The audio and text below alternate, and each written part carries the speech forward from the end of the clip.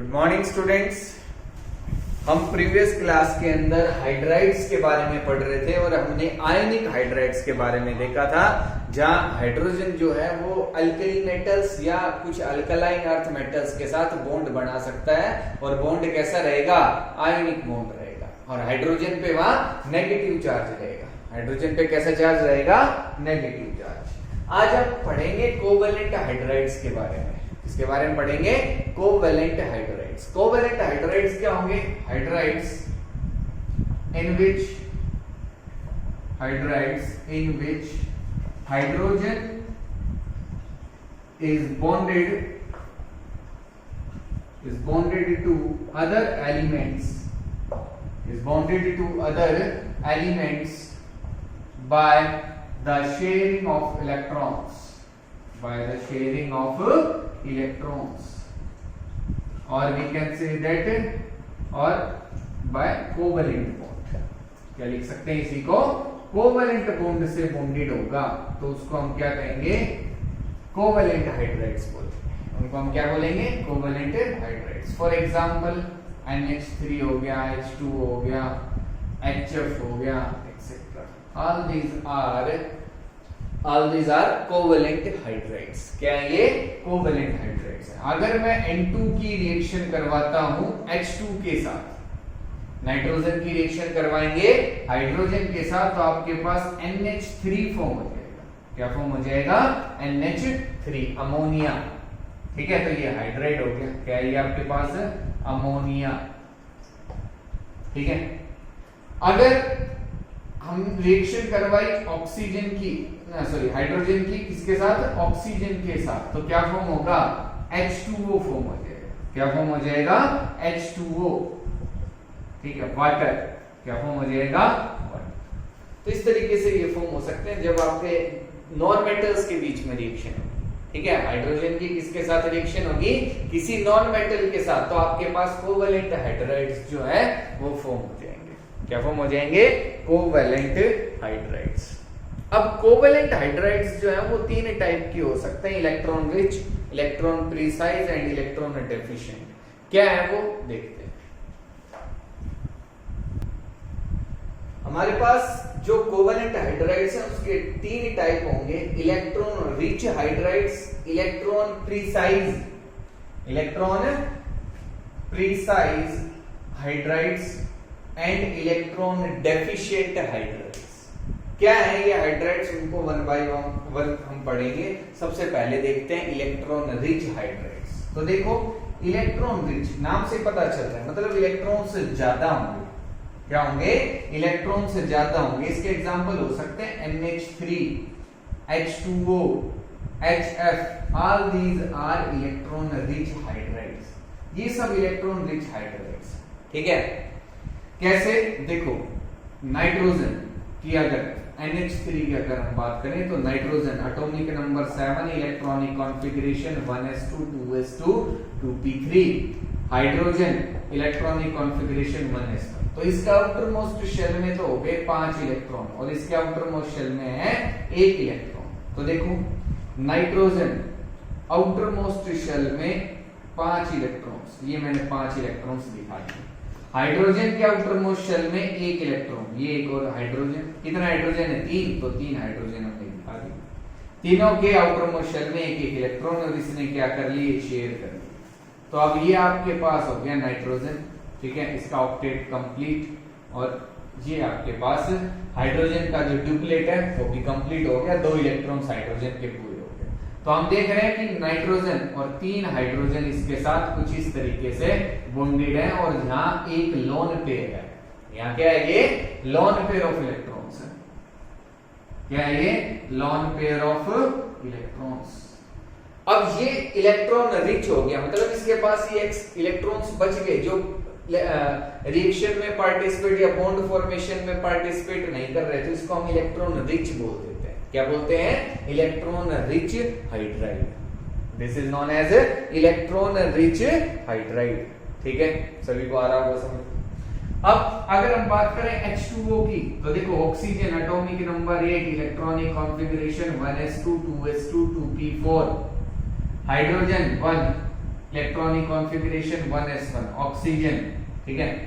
Outer most shell में इसके पास है 6 इलेक्ट्रॉन। कितने इलेक्ट्रॉन्स हैं? 6 इलेक्ट्रॉन्स। तो मैंने 6 इलेक्ट्रॉन दिखाए, 1 2 3 4 5 और ये 6।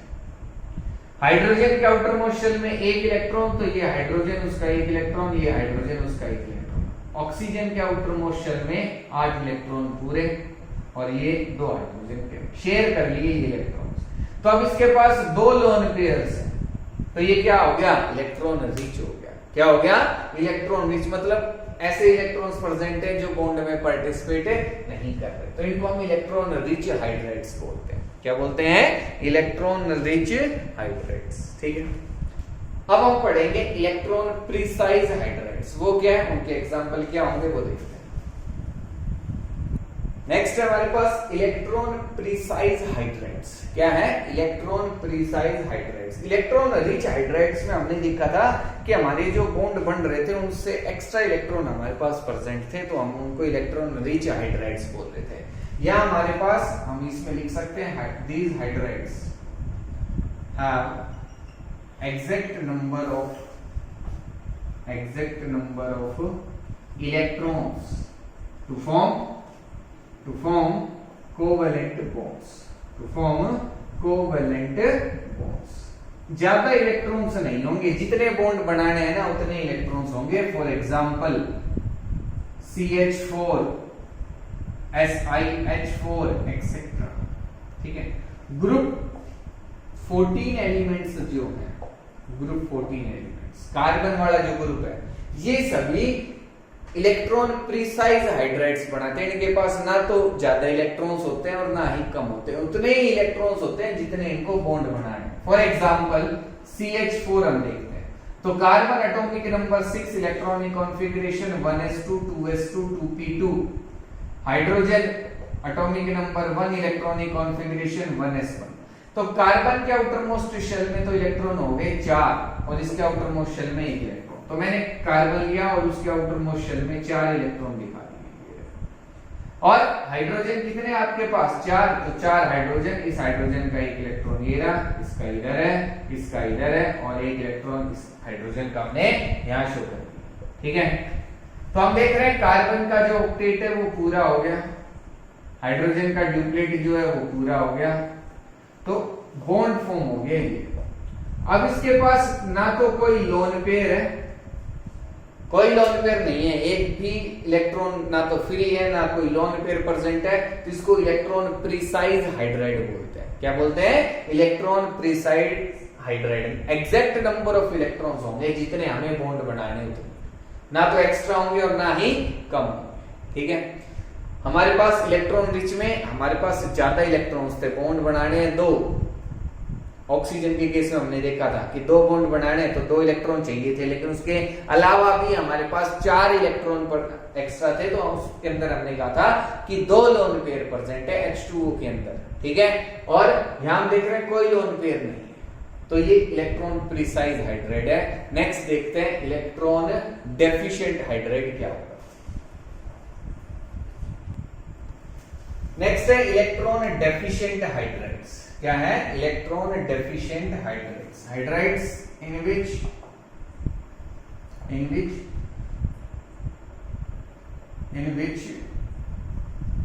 देयर इज, सॉरी इसमें हम लिख सकते हैं hydrides which do not contain sufficient number of electrons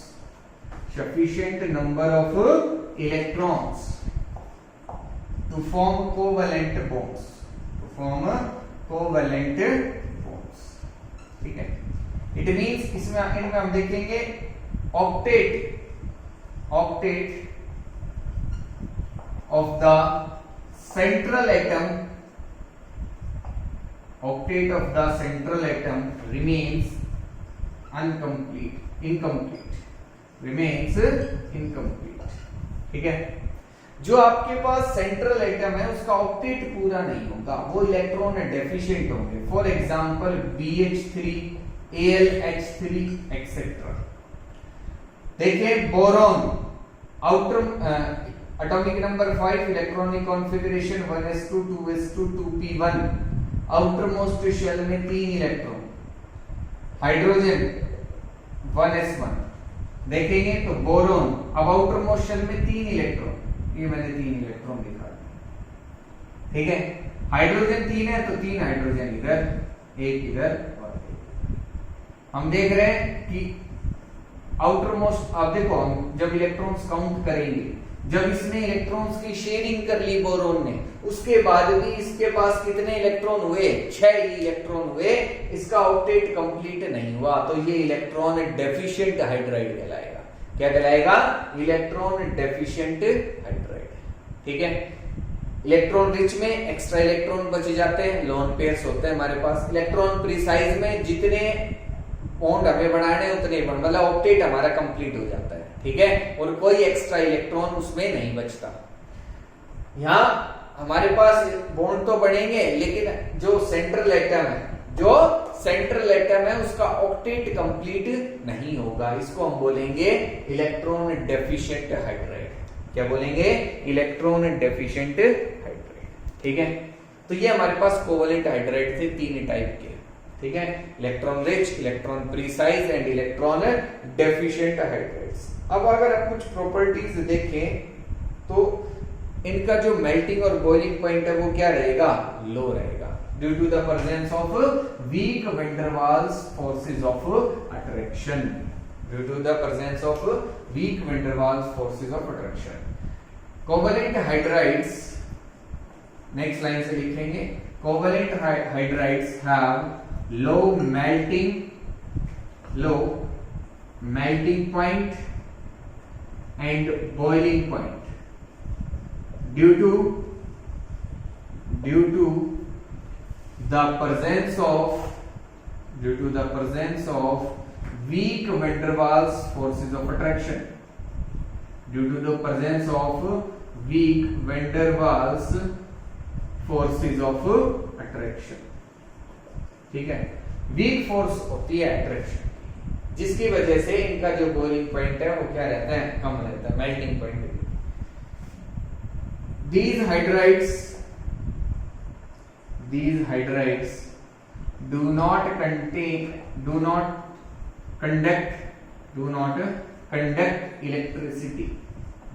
conduct electricity, ये इलेक्ट्रिसिटी भी कंडक्ट नहीं करते, क्योंकि इनके पास ना तो कोई फ्री इलेक्ट्रॉन होता है और ना ही इनके अंदर कोई फ्री आयन प्रेजेंट होता है, ठीक है। तो ये इलेक्ट्रिसिटी भी कंडक्ट नहीं करते, और कैसे होते हैं? आपके पास बेड कंडक्टर ऑफ इलेक्ट्रिसिटी, और बॉइलिंग पॉइंट और मेल्टिंग पॉइंट भी क्या रहेगा? कम रहेगा, ठीक है। तो हमने कोवेलेंट हाइड्राइड्स के बारे में पढ़ा, अब हम पढ़ेंगे हमारे पास मेटेलिक हाइड्राइड्स के बारे में। क्या होंगे मेटेलिक हाइड्राइड्स, वो देखते हैं। नेक्स्ट जो हम पढ़ेंगे वो है हमारे पास मेटेलिक हाइड्राइड्स। इनको इंटरस्टिशियल हाइड्राइड्स भी बोला जाता है। क्या बोला जाता है? Interstitial hydrides. इंटरस्टिशियल हाइड्राइड्स क्यों बोलेंगे? क्योंकि इसी तरीके से फॉर्म होते हैं। These hydrides are formed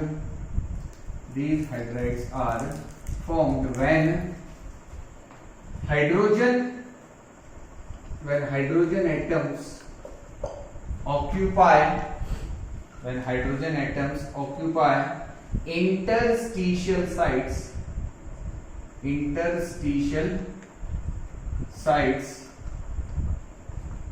in the lattice of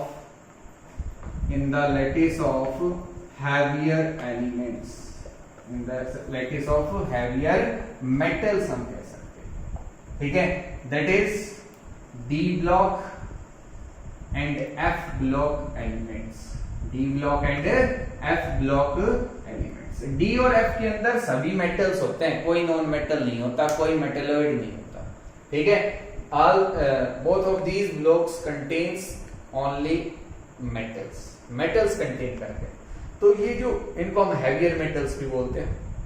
तो हैवियर मेटल्स में क्या है कि इनकी जो एटम्स हैं, कि मैंने कहा ये Fe का एटम है, ठीक है, एक और Fe का एटम, एक और Fe का एटम, एक और Fe का एटम। अब इनके बीच में ये जो स्पेस है ना, इनको हम बोलते हैं इंटरस्टिशियल साइट। क्या बोलते हैं? Interstitial site. एटम्स के बीच में, इनके जो लैटिस है उनके बीच में जो जगह रह गई, ठीक है, ये जो स्पेस है इसको हम क्या बोलते हैं? Interstitial site. और हाइड्रोजन क्या करता है? इस स्पेस को ऑक्यूपाई कर लेता है। क्या कर लेता है? स्पेस को ऑक्यूपाई कर लेता है।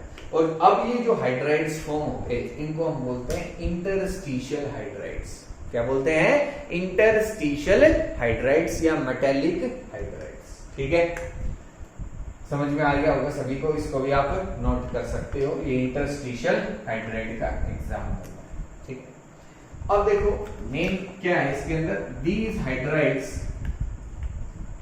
these hydrides are non-stoichiometric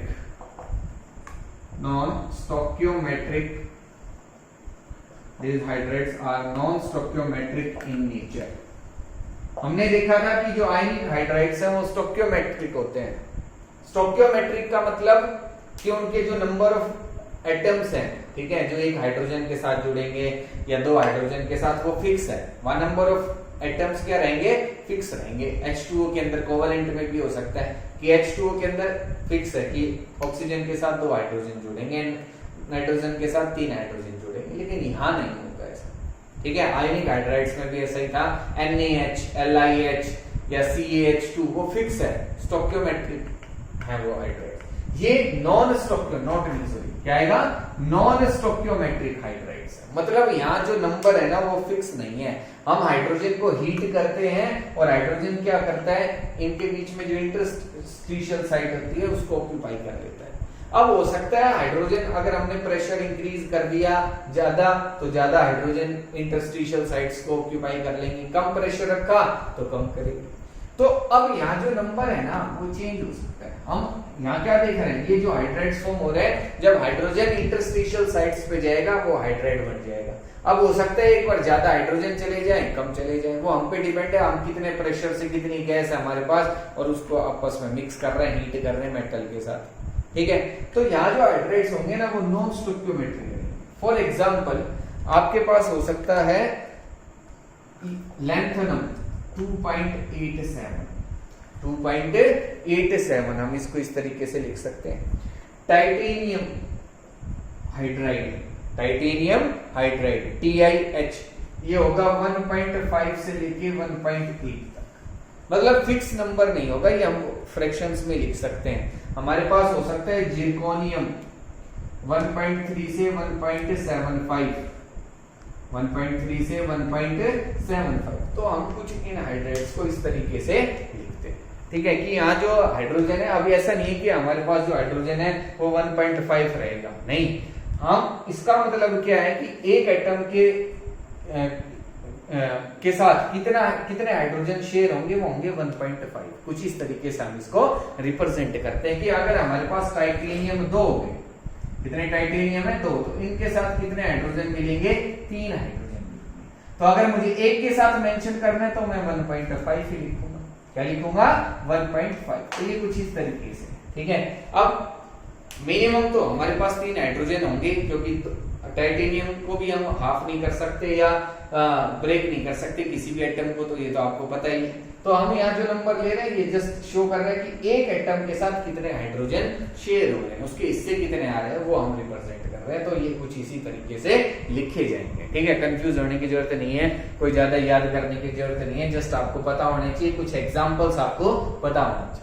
मैंने बता दिया किस तरीके से फॉर्म हो सकते हैं, तो वो हम मेंशन कर रहे हैं। ठीक है, तो ये थे हमारे पास इंटरस्टिशियल हाइड्राइड्स। क्या थे? Interstitial hydrides. अब इनके कुछ प्रॉपर्टीज पढ़ते हैं कि क्या क्या प्रॉपर्टीज होंगी इंटरस्टिशियल हाइड्राइड्स। अगर हम प्रॉपर्टीज की बात करें तो these hydrides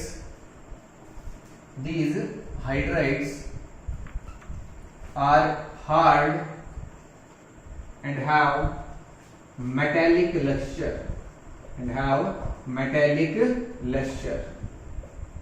मेटेलिक लश्चर का मतलब चमक होती है। ठीक है, तो हार्ड होते हैं और मेटेलिक लेक्चर होती है। these hydrides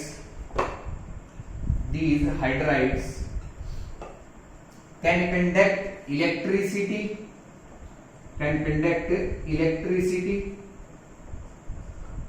and have some magnetic properties also, magnetic properties भी होती हैं और इलेक्ट्रिसिटी भी ये कंडक्ट कर सकते हैं।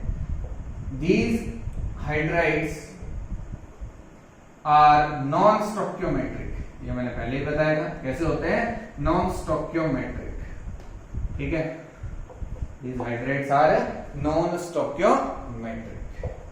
Next, these hydrides have low densities than their parent metal. parent metal से इनकी जो डेंसिटी है वो क्या होती है, कम होती है। जैसे हम फॉर्म कर रहे हैं जिरकोनियम से टाइटेनियम हाइड्राइड हमने फॉर्म किया, तो टाइटेनियम हाइड्राइड जो फॉर्म हुआ उसकी जो डेंसिटी है वो टाइटेनियम से कम रहेगी। हमने जिंक हाइड्राइड फॉर्म किया या हमने आयरन हाइड्राइड फॉर्म किया तो उसकी डेंसिटी आयरन हाइड्राइड से कम रहेगी, ठीक है। ये इसका मतलब है। तो ये कुछ प्रॉपर्टीज हैं आपके पास इंटरस्टिशियल हाइड्राइड्स की, ठीक है। सभी को समझ में आ गई होंगी। तो हमने 3 टाइप के हाइड्राइड पढ़े, आयनिक, कोवेलेंट एंड इंटरस्टिशियल हाइड्राइड्स, और उनकी प्रॉपर्टीज को भी देखा। तो आज इतना ही करेंगे। ये हमारे पास जो हाइड्राइड्स हैं वो टॉपिक कंप्लीट हो गया। नेक्स्ट क्लास के अंदर हम आगे पढ़ेंगे वाटर के बारे में कि वाटर कैसे फॉर्म होता है, क्या प्रॉपर्टीज हैं, क्योंकि वो भी किससे बना है, हाइड्रोजन से मिलकर बना है। तो उसकी प्रॉपर्टीज के बारे में पढ़ेंगे और प्रिपरेशंस देखेंगे, ठीक है। तो आज के लिए इतना ही है। Thank you.